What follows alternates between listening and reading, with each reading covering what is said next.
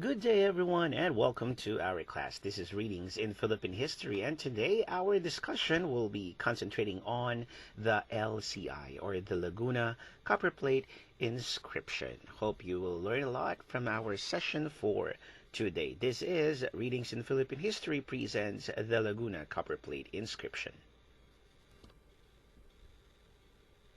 On your screen here, you will see the Laguna Copperplate inscription, which was taken from Darguan 0801 and licensed under CCBY SA 480, which are the pictures of the inscriptions of the Laguna Copperplate. Now, the Laguna Copperplate inscription is the earliest written document in the Philippines. In 1987, it was dug up accidentally at the mouth of the Pagsanhan River in Lumban, Laguna, in a dredging activity. That's the reason why it was named the Laguna Copperplate inscription. The laborer who found it tried to sell it to antique shops, and the LCI later was sold to the National Museum of the Philippines. Now, the Laguna Copperplate inscription is around 30 centimeters long and 20 centimeters wide, about the size of a bond paper. When flattened, ancient scripts became noticeable on the surface. In 1990, Anton Postma translated it in English. Now, Anton Postma was a Dutch anthropologist who lived most of his life among the Mangyan tribe in Mindoro. The LCI was dated around 900 CE, which makes it around 1,100 years old. It gives us clues on what life was in our archipelago 600 years before the coming of the Spaniards. Now, the 900 CE Southeast Asian context was also somehow can be seen in the Laguna Copperplate inscription. Here we will see that there were a few political superpowers or empires in Southeast Asia at that time. We have the Varati Empire in Thailand, the Khmer Empire in Cambodia, the Champa Empire in South Vietnam, and the Srivijaya Empire in Malaysia and in Indonesia.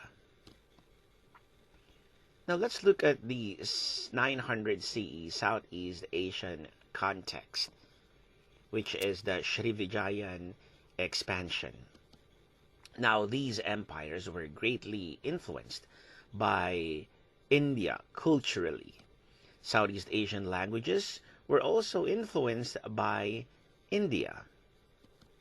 Now, say for example the words Raha, Datu, Devata, Ahas, Kamay, Mukha, Mahal, and Asawa were drawn from the Indian language.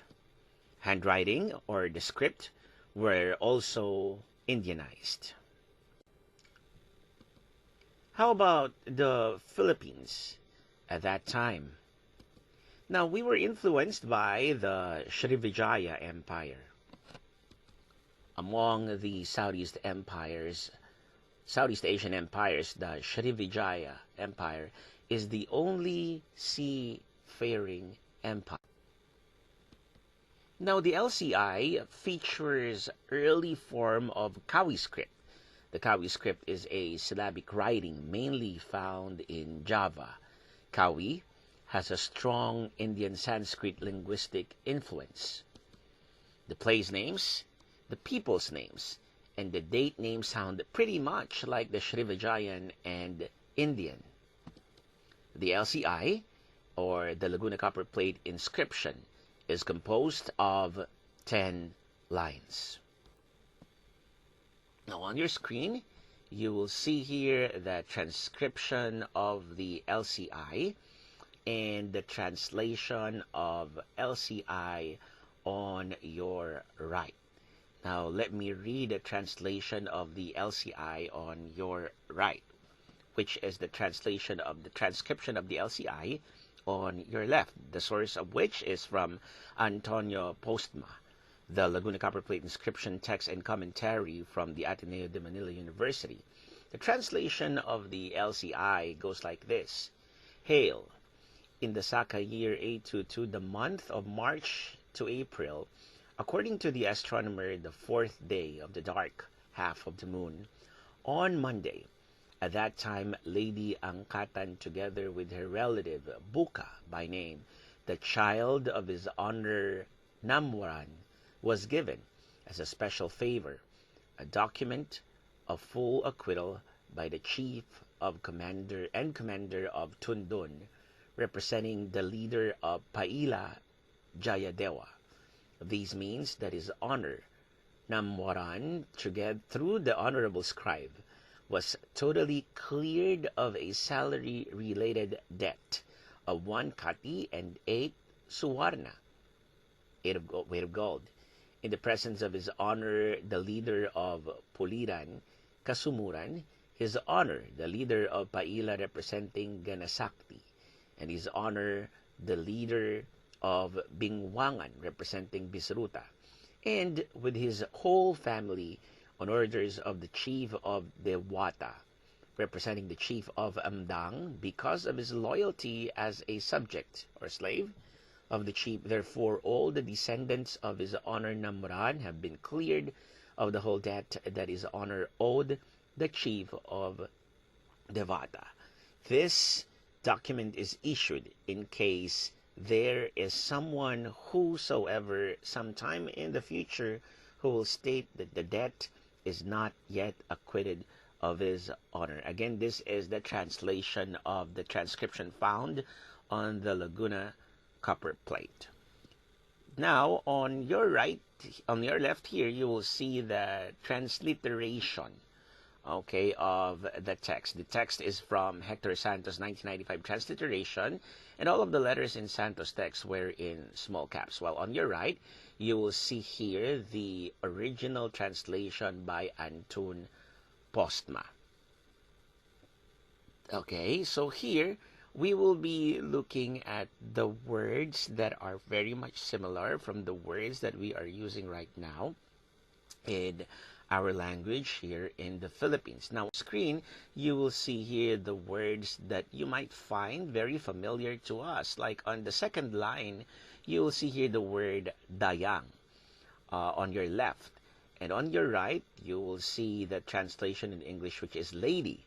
And then you have barngaran, which is name. In Tagalog, we translate barngaran. It could be as pangalan, the name. And then you have anakda. Anak is child, which we are also using right now, the word anak. And then the fifth line, okay, you have hutang, which is translated by Postma as debt. We have the word utang right now in Filipino. And on the fifth line still, you have the word hadapan, in the presence of, as translated by Postma. Now we're using the word harapan. And then on, you have here the eighth line. Again, you have the word anak, which is translated by Postma as descendants. And then on line number 9, you have also the word hutang, which is translated by as debt. And then also in line number 10, you have the word hutang, and is translated again as debt. So you will see here that the Laguna Copperplate inscription definitely could be used somehow to give us a glimpse of what the ancient Philippines looks like, and even how our language has been influenced by the Srivijayan Empire, particularly with the language that has been used at that. And that wraps up our discussion, a very quick one on the Laguna Copperplate inscription. Again, this is Readings in Philippine History. Thank you very much for joining us. This has been Sir E. Stay safe, stay sane, and stay strong, everybody. Until next time. God bless you all.